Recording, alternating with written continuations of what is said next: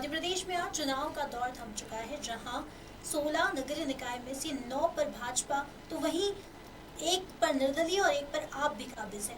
इसी को लेकर आज स्टूडियो में हमारे साथ मौजूद है कांग्रेस से राकेश यादव जी।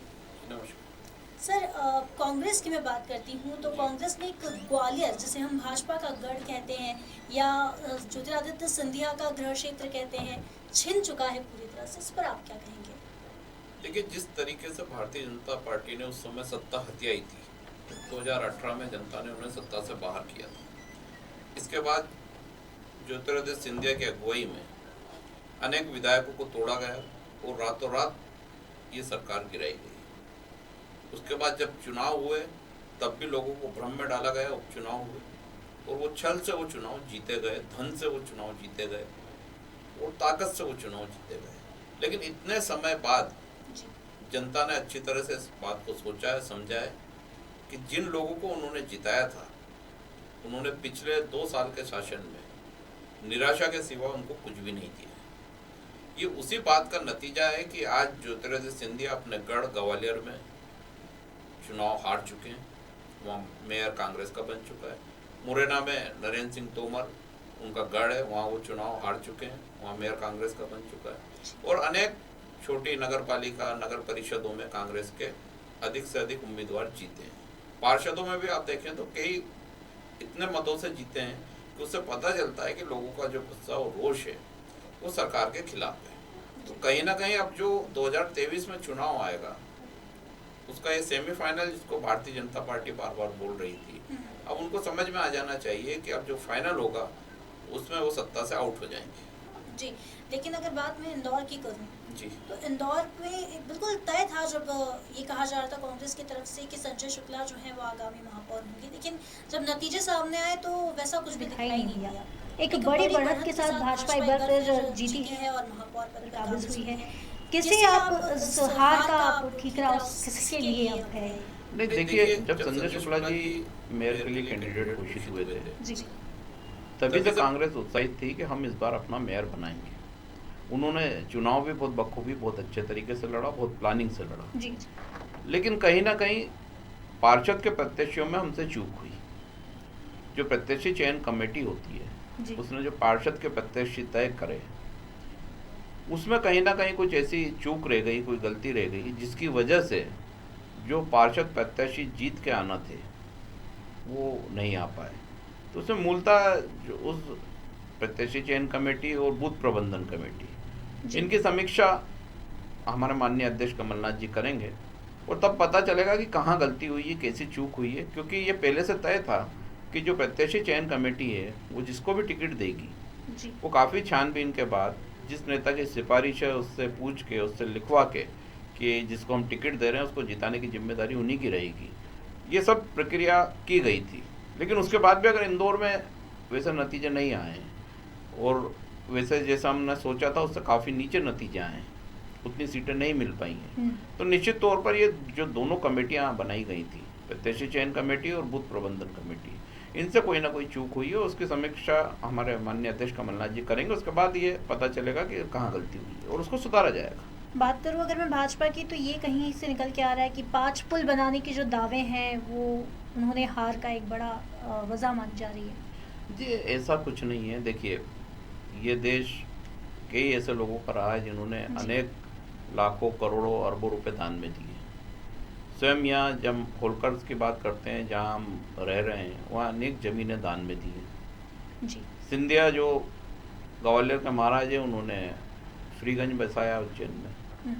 तो अगर उन्होंने, कोई भी व्यक्ति जिसके पास पैसा है वो अगर बोलता है कि मैं ये काम इंदौर के मैं कराऊंगा और आप मुझे मेयर बनाते हैं तो मैं ये काम करा के दूंगा, तो वो उसमें कोई गलत नहीं था और वो कोई गलत विषय भी नहीं था। वो उनकी मंशा थी, वो कराते हैं। लोग मंदिर बनाते हैं, लोग मंदिरों में लाखों रुपए लगा देते हैं। भारतीय जनता पार्टी के लोग भंडारे कराने में लगा देते हैं। अगर पुल बनाते वही पैसा वहाँ लगता तो शहर को एक लाभ होता जी। पर ठीक है, अगर जनता ने जिनको मत दिया है अब वो बना के दिखाएं। जी, बात करूँ अगर मैं ओवरऑल, तो वहाँ पर कांग्रेस के पास खोने के लिए कुछ नहीं था, ऐसा बार बार सामने आ रहा था कि कांग्रेस के पास खोने के लिए कुछ नहीं है, लेकिन बीजेपी के पास ये एक कहते हैं नाक का सवाल था। तो लेकिन अधिकतर जगह पर कांग्रेस आई है, तो क्या उसे वापसी कह सकते हैं हम लोग? देखिए, भारतीय जनता पार्टी के पास 16 ही महापौर थे जी। कांग्रेस के पास खोने को कुछ नहीं था। प्रदेश अध्यक्ष जो वी.डी. शर्मा है, वो बहुत गर्व से, और नरोत्तम मिश्रा जी जो गृह मंत्री हैं, बार बार ये बोलते थे कि कांग्रेस तो कहीं है नहीं, कांग्रेस तो कहीं दिखाई नहीं देती। अब नरोत्तम मिश्रा जी के घर में, उनके ननियाल में, उनके ससुराल में बीजेपी का सुपड़ा साफ हो गया है। अब इसको क्या कहेंगे? वो इस्तीफा देंगे क्या? ये उनकी जिम्मेदारी है। वो अपने घर में ही नहीं जिता पाए भारतीय जनता पार्टी को, वो प्रदेश अध्यक्ष हैं, जी। उनको तो वहाँ ताकत से जिताना था। तो ऐसी बहुत सारी जगह हैं जहाँ भारतीय जनता पार्टी ने अपनी मुंह की खाई है। अहंकार और घमंड आज उनको वापस उसी रास्ते पर लेके जा रहा है जहाँ 2018 में जनता ने पहुंचाया था। आज ग्वालियर हारने के बाद, जबलपुर हारने के बाद, अन्य 3 जगह हारने के बाद 5 जगह महापौर कांग्रेस के आ गए, अनेक जगह परिषद आ गई है। उज्जैन लगभग बराबर में रहा, जो ऐसी स्थिति में हारे कि जो हारने जैसी नहीं थी, ऐसे बुरहानपुर रहा। एक जगह आप पार्टी, एक जगह निर्दलीय। तो ऐसी परिस्थिति में भारतीय जनता पार्टी के लिए तो एक बहुत बड़ा सेटबैक है, उनके अध्यक्ष के लिए, कि उनको वापस ये सोचना पड़ेगा कि वी.डी. शर्मा के नेतृत्व में बीजेपी आगे जा रही है या रिवर्स गियर लग गया है। तो मुझे तो ये लगता है कि रिवर्स गियर लग चुका है, और अब 9 सीटों पे वो बचे हैं, 7 सीटें दूसरों के पास जा चुकी हैं, 5 कांग्रेस के पास, एक निर्दलीय, एक आप पार्टी। तो किस बात का जश्न अब वो भारतीय जनता पार्टी मनाने का सोच रही है या मना रहे हैं? उनको तो सोचना चाहिए, मंथन करना चाहिए कि ये 7 सीटें क्यों हारे हैं। अगर इतना अच्छा काम शिवराज जी ने किया होता तो ये 7 सीट और जिसमें प्रमुख शहर हैं ग्वालियर और जबलपुर, वो तो जीतना ही थे उनको, रीवा भी जीतना ही था, क्यों हारे वहाँ? तो ये अब उनके सोच का विषय है। लेकिन मैं समझता हूँ कि 2023 में एक बहुत अच्छे मतों के साथ, बहुत अच्छी सीटों के साथ कांग्रेस वापसी करेगी सत्ता में। जी।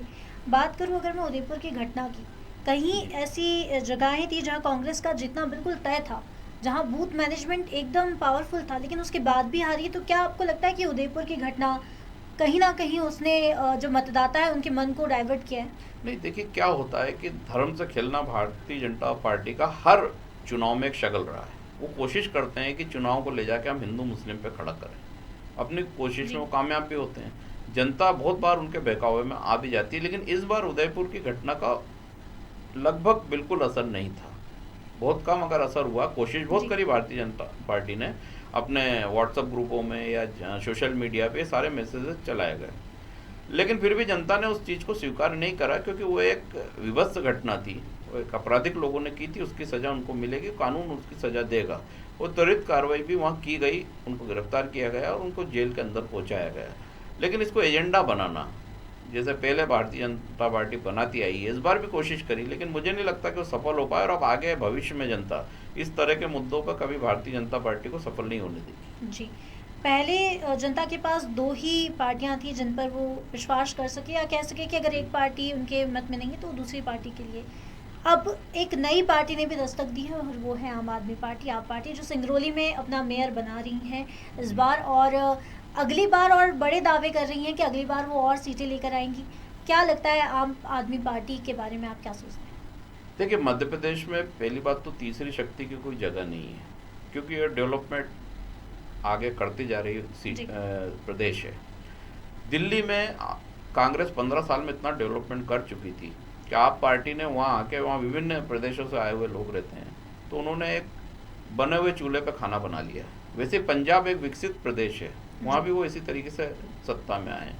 लेकिन जो प्रदेश विकसित हो रहे हैं, जहाँ काम करना है, वहाँ आप पार्टी जैसी पार्टियों के लिए कोई जगह नहीं है, क्योंकि इनका कोई एजेंडा नहीं है, कोई मैनिफेस्टो नहीं है, ना ये देश हित में कोई बात करते हैं। सिर्फ फ्री देने से, कि आप पानी, बिजली, ये सब फ्री दे दोगे, उससे विकास हो जाएगा, तो उससे सत्ता तो हासिल हो सकती है। भारतीय जनता पार्टी ने कई बार इस तरह के काम करके की है, लेकिन वो ज़्यादा समय नहीं चलता है, क्योंकि अगर देश को आगे बढ़ाना है आपको, तो उसका एक प्रोग्राम बनाना पड़ेगा, एक कॉमन मिनिमम प्रोग्राम बनाना पड़ेगा, चाहे वो प्रदेश का हो या देश का हो। लेकिन वहाँ सिर्फ केजरीवाल के झूठे वादों के सिवा कुछ नहीं है। सिंगरौली एक अपवाद है मध्य प्रदेश में, कि वहाँ हो सकता है कि कांग्रेस या बीजेपी का जो भी उम्मीदवार है, जनता को व्यक्तिगत कारणों से उसको स्वीकार ना करा हो, ऐसा कई बार होता है कि दोनों पार्टी के उम्मीदवार हार जाते हैं, कोई तीसरा निर्दलीय जी जीत जाता है। ऐसा एक जगह और भी हुआ कि निर्दलीय वहाँ जीत गए। तो ये एकाध सीट पे हो सकता है, लेकिन इसको ये सोचना कि विधानसभा चुनाव प्रभावित कर देंगे तो ये तो संभव नहीं है। और ऐसे ही ओवैसी की जो पार्टी है, भारतीय जनता पार्टी की बी टीम जरूर हो सकती है, वो चुनाव हराने जिताने में एक भूमिका छोटे स्तर पर निभा सकती है, लेकिन वो किंग मेकर के रूप में नहीं आ सकती। जी, मुस्लिम बाहुल्य क्षेत्रों की बात करूं तो वहाँ बीजेपी का सुपड़ा साफ हुआ है, इंदौर में देखने को मिला है। तो अब जो चीज़ें निकल के आ रही है वो कुछ ऐसी हैं कि कांग्रेस जो है वो मुस्लिम क्षेत्रों में ज़्यादा जा रही है या फिर मुस्लिमों के साथ ज़्यादा है ताकि वो अपनी पकड़ बना सके। इन बातों पर कितना? देखिए, कांग्रेस एक ऐसी पार्टी है इस देश में जो सारे धर्मों को साथ में लेके चलती है, चाहे हिंदू हो, मुसलमान हो, जैन हो, सिख हो, ईसाई हो। लेकिन भारतीय जनता पार्टी वो है जो सिर्फ हिंदू और मुस्लिम में दरार डालने के लिए इस तरह की कोशिश करती है। भारतीय जनता पार्टी ने सोची समझी रणनीति में मुस्लिम इलाकों में कैंडिडेट उनके नहीं दिए, जबकि ऐसा नहीं है कि मुस्लिमों ने भारतीय जनता पार्टी को पहले वोट नहीं दिया। जब मोदी जी प्रधानमंत्री बने थे वोट दिया, लेकिन वो दिखाना चाहते थे कि वोटों का ध्रुवीकरण किया जाए, क्योंकि काम कुछ किया नहीं है। तो ये ध्रुवीकरण का संदेश अगर देंगे कि हमने मुसलमानों को टिकट नहीं दिया है, वो कांग्रेस तो सभी जातियों के लोगों को टिकट देती है, तो ये दर्शा के वोटों का ध्रुवीकरण करेंगे, चुनाव जीतेंगे। एक आध जगह वो सफल हो सकते हैं, इंदौर में हो सकता है ऐसी स्थिति उन्होंने बनाने की कोशिश की हो, भोपाल में की हो, लेकिन बाकी जगह जहाँ हारे हैं वहाँ के लोग समझदार थे तो वो स्थिति नहीं बन पाई है। और इस तरह की राजनीति ज़्यादा लंबे समय नहीं चलेगी, धीरे धीरे इस पर से पर्दा हटता जा रहा है और भारतीय जनता पार्टी का जो असली चेहरा है, जिसको वो धर्म के आधार पर राजनीति करने की कोशिश करते हैं, सामने आता जा रहा है। जी, पार्षदों के लिए टिकट वितरण की आपने बात की है, लेकिन जब ये टिकट वितरण किए गए थे उसके बाद से ही आपसी जो है मनमुटाव सामने आ रहे थे, तो कहीं ना कहीं इसमें गुटबाजी नजर आती है, या क्या कांग्रेस अंदर ही इतनी कमजोर है कि टिकट का वितरण भी वो ठीक से नहीं कर पाई? ऐसी चीजें निकल के आती? देखिए, ऐसा नहीं है। हमारे जो अध्यक्ष माननीय कमलनाथ जी, उन्होंने स्पष्ट किया था कि जिला स्तर पर या तहसील स्तर पर पार्षदों के टिकट का बंटवारा होगा, उसके लिए एक प्रत्याशी चयन कमेटी बनेगी, वही उसकी सारी रूपरेखा तय करेगी और जो जीतने वाले उम्मीदवार हैं वो तय किए जाएंगे। इंदौर को लेकर जो आप खास तौर पे पूछ रहे हैं कि वाकई यहाँ जो हमें उम्मीदवार देना थे वैसे उम्मीदवार देने में हम असफल रहे, क्योंकि चुनाव कोई भी लड़ा जाता है तो 85 की 85 सीटें हम नहीं जीत सकते, सब जानते हैं, दोनों ही पार्टी जानती है। लेकिन हम चुनाव इस स्थिति में लड़ते हैं कि हमारे जो उम्मीदवार हैं वो इतने ताकत से लड़ें कि चुनाव लगभग बराबर की स्थिति में आ जाए, तो वहाँ हम जीतने की स्थिति में पहुँचते हैं। लेकिन कुछ गलतियां ऐसी हुई हैं, शायद ऐसी हुई हैं, जिनकी जांच की जाएगी और माननीय कमलनाथ जी उसको देखेंगे भी। समीक्षा के बाद पता चलेगा कि क्या वजह थी कि इतनी भारी संख्या में पार्षद हमारे जीत नहीं पाए, या वो भारी वोटों के अंतर से हारे। तो कहीं ना कहीं चूक हुई है, ये मैं स्वीकार भी करता हूँ, और उस चूक को आने वाले विधानसभा चुनाव में ठीक भी किया जाएगा। बूथ प्रबंधन में भी कोई बहुत बड़ी चूक हुई है, इसकी वजह से भी काफ़ी नुकसान जो हमारे मेयर कैंडिडेट को हुआ, क्योंकि हम वोटों का प्रतिशत देखें, वोट जो मिले वो देखें, तो जो पार्षदों को वोट मिले हैं उससे ज़्यादा मेयर को वोट मिले। इसका मतलब जनता कांग्रेस का मेयर पसंद कर रही थी, लेकिन कहीं ना कहीं पार्षद के उम्मीदवार हम वैसे नहीं दे पाए जैसे जनता सोचती थी, चाहती थी। इसकी वजह से मेयर के उम्मीदवार को भी हार का सामना करना पड़ा। जी, अब बात की जाए बाकी जगहों की, तो बाकी जगह पर कांग्रेस ने खाता खोला है, फिर से वापसी की, ये हम कह सकते हैं। तो इस वापसी को आप किस तरह से देखते हैं, और क्या आपको लगता है कि इंदौर एक ऐसा शहर जिसे कहा जा रहा था जहां पर सबसे स्ट्रांग कैंडिडेट था, उसको छोड़कर बाकी जगहों पर जहां कहते कि इतना नहीं था, लेकिन वहां पर जीतना? देखिए, क्या होता है, चुनाव एक रणनीति से लड़ा जाता है। इंदौर निश्चित तौर पर जो मेयर कैंडिडेट था वो अपने आप में सबसे ज़्यादा प्रभावशाली और उचित कैंडिडेट थे, और उन्होंने चुनाव भी वैसा लड़ा। लेकिन संगठन स्तर पर जो हमें तैयारी करनी थी, संगठन जिस मजबूती से हमें इस चुनाव में उतार कर लड़ना था, उसमें हम चूक गए, उसका खामियाजा भुगतना पड़ा। और अन्य जगहों पे जहाँ वापसी हुई है वहाँ का संगठन ने अच्छा काम करा है, वहाँ के जो भी पदाधिकारी रहे हैं उन्होंने एकजुटता से काम करा है, रणनीति बना के काम करा है, तो उनका रिजल्ट उनको मिला है। जैसे जबलपुर हम जीते हैं, तो जबलपुर में कहीं ना कहीं आप जो बोलते हैं कि कांग्रेसियों में एका नहीं है, तो वो एका ही है कि वो जीत के आए हैं। ग्वालियर हम जीते हैं जहाँ महाराज का गढ़ है, तो वो वहाँ मंत्री मौजूद हैं, 2 से 3 मंत्री हैं सरकार के, उसके बाद भी वो हारे हैं। तो ये सारी बात चुनाव की जो होती है 20 से 25 दिन की एक रणनीति होती है, एक प्लान होता है। वो प्लान कैसे एग्जीक्यूट हो रहा है, वो कहीं ना कहीं इंदौर भोपाल में वो प्लान एग्जीक्यूट नहीं कर पाए, इसका खामियाजा हमें भुगतना पड़ा।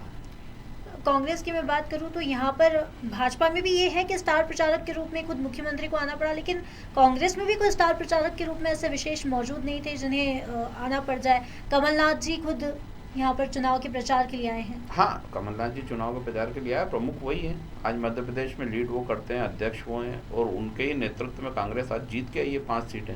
जनता उनको पसंद करती है।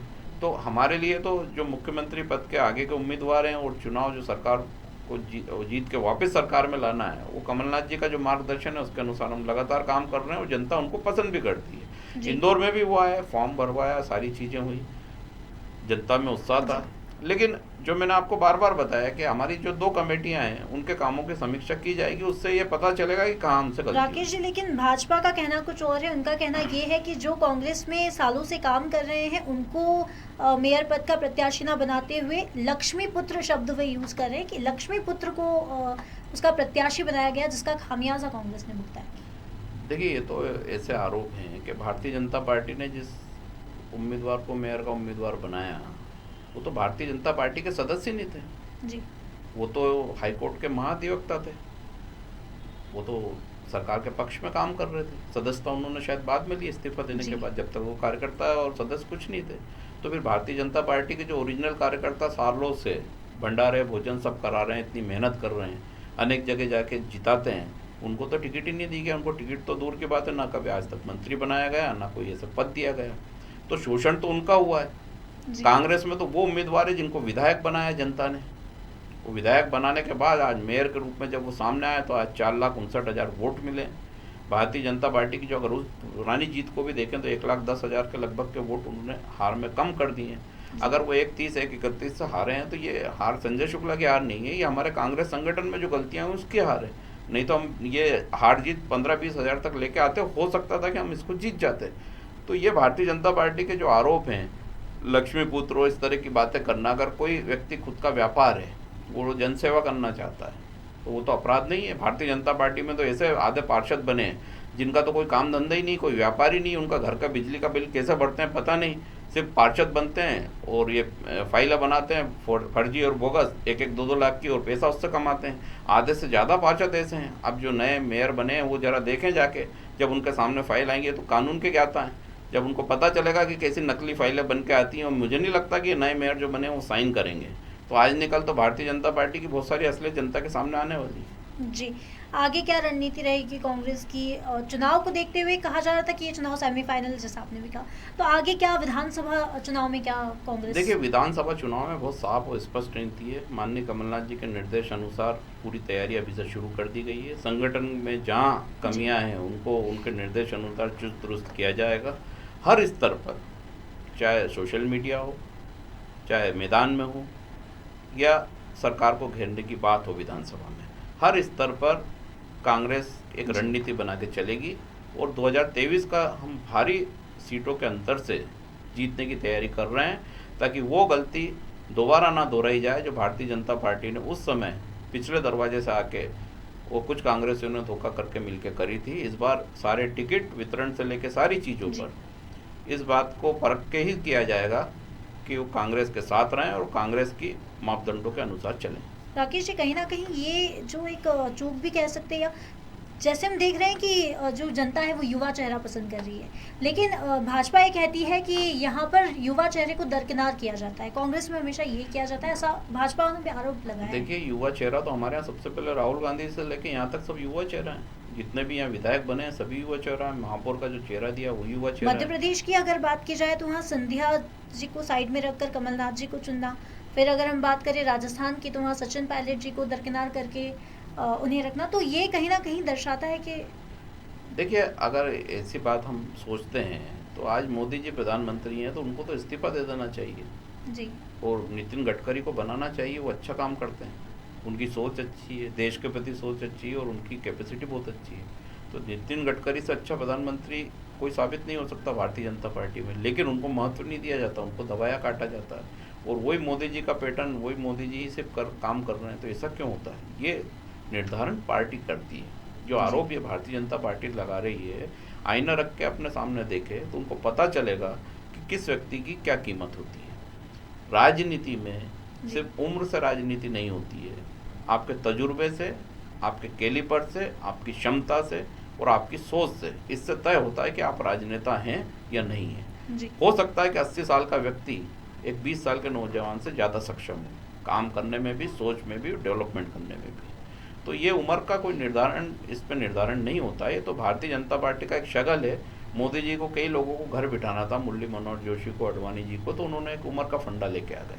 अब वो उम्र का फंडा समाप्त होता जा रहा है। कई उन्होंने राज्यपाल बनाया, आपने देखा वो 75 साल से ऊपर के राज्यपाल बना दिए। कई लोगों को बनाया, क्यों बनाया? अगर वो नियम था 75 का तो आपको तो नहीं बनाना था, फिर आपने 78, 79 वाले को बनाया। अब जो नियम है, जैसे जैसे उम्र बढ़ती जा रही है मोदी जी की, वो नियम धीरे धीरे खत्म होते जाएंगे। तो ये तो एक जो राजनेता होता है प्रमुख, क्योंकि ये भारतीय जनता पार्टी सिर्फ दो लोगों के इर्द गिर्द है, एक बहुत बड़ी विचारधारा के इर्द गिर्द नहीं है, सिर्फ मोदी जी और अमित शाह जी। वो अपने हिसाब से नियम को प्लस करते हैं, माइनस करते हैं। जहाँ उनका फायदा है वो नियम बना दिए जाते हैं, जहाँ उन्हें लगता है कि नहीं अब इस नियम के पार हम जा रहे हैं, वो नियम वापस ले लिए जाते हैं। वो भारतीय जनता पार्टी में कोई नेता ऐसा नहीं है जो इनके अवहेलना कर सके, इनके खिलाफ आवाज़ उठा सके।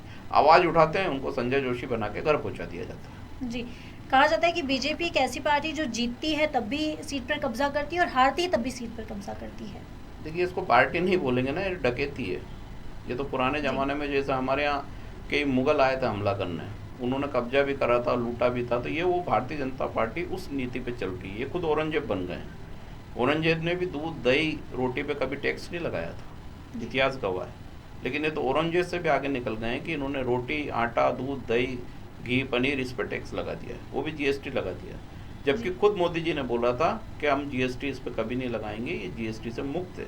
अपने बोले हुए पे फिर पलटना, ये तो मोदी जी की पूरा इतिहास रहा है शुरू से आज तक का। पिछले 8 सालों में जो उन्होंने बोला उसका उल्टा ही हुआ है। अब तो देश के लोग समझने भी लग गए कि अगर ये प्लस बोल रहे हैं तो माइनस ही होना है। लेकिन कहीं ना कहीं ये देखा जा रहा है कि कांग्रेस को एक भरमाने वाली राजनीति, जैसे अभी आपने बताया कि जीएसटी लगाई गई है, जीएसटी पैक्ड फूड पर लगी है, जो कि पहले भी थी, जिसमें बहुत सी कंपनियां ऐसा करती थी कि अनपैक्ड फूड को ज़बरदस्ती अनपैक्ड रखती थी अपने पैक्ड फूड को, जिस पर सील नहीं लगाती थी ताकि वो जीएसटी नहीं दे पाए और राज्य सरकार का टैक्स खा पाए। उसी को कम करने के लिए तो कांग्रेस इस तरह की राजनीति मैं दोनों अपनी बात तरफ बोल से रहा क्यों हूँ नहीं? आपको। आप ये बोल रहे हैं कि कोई कंपनी सील नहीं लगाती थी, वो बेच तो बटर ही रही है ना, बेच तो आटा ही रही है, जा तो आदमी के गरीब व्यक्ति के पेट में ही है ना। जीएसटी की आप बात कर रहे हैं, इसके विषय में बात कहना चाहूँगी कि जीएसटी जो लगाना और ना लगाना ये प्रधानमंत्री मोदी का निर्णय नहीं होता है।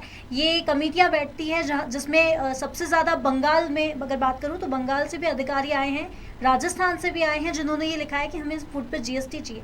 तो ये सवाल कांग्रेस से क्यों नहीं पूछा जाता है कि आपके भी तो अधिकारी वहाँ पर मौजूद थे, जब जीएसटी लगाया जा रहा था तो उन्होंने विरोध क्यों नहीं किया इस बात? देखिए, एक बहुत छोटी सी बात मैं आपको बताता हूँ। मान लीजिए मोदी जी प्रधानमंत्री हैं, मान लीजिए आप प्रधानमंत्री हैं, आपके पास सारी फाइलें बन के आई और उस पर लिखा है कि ये करना है, ऐसे ऐसे करना है, घी पे टैक्स लगाना, आटे पे लगाना। आपका विवेक क्या बोलता है? फाइल तो वहीं जा रही है ना, बिना प्रधानमंत्री की सहमति के तो नहीं होगा ना, साइन नहीं होते, लेकिन प्रधानमंत्री के नॉलेज में तो लाते हैं ना कि ये हम करने जा रहे हैं। जो भी कमेटी लेके आएगी, कमेटी तो कुछ भी लिख लेके आएगी, ये लिख लेंगे कि चाइना से सारा लोन लेके काम किया जाए, तो क्या प्रधानमंत्री स्वीकार करेंगे? क्या वो लिख के ले आएंगे पाकिस्तान से व्यापार करना बहुत अच्छा है, तो प्रधानमंत्री पाकिस्तान से व्यापार करेंगे? वो लिख के ले आएंगे श्रीलंका को इतने करोड़ की मदद दे दो। प्रधानमंत्री का विवेक क्या बोलता है? क्या गरीब के आटे पे टैक्स लगना चाहिए? क्या घी पे जीएसटी लगना चाहिए? क्या छाछ पे जीएसटी लगना चाहिए? तो अगर प्रधानमंत्री का विवेक नहीं बोलता है तो फिर अधिकारियों की जिम्मे कर दीजिए देश। प्रधानमंत्री की तो आवश्यकता ही नहीं है जब वो कोई निर्णय लेने में सक्षम नहीं है, जब वो जवाबदार नहीं है, किसी बात की वो जवाबदारी नहीं लेते हैं। ज़मीन पर कब्जा हो जाए देश की, वो जवाबदारी नहीं लेते हैं।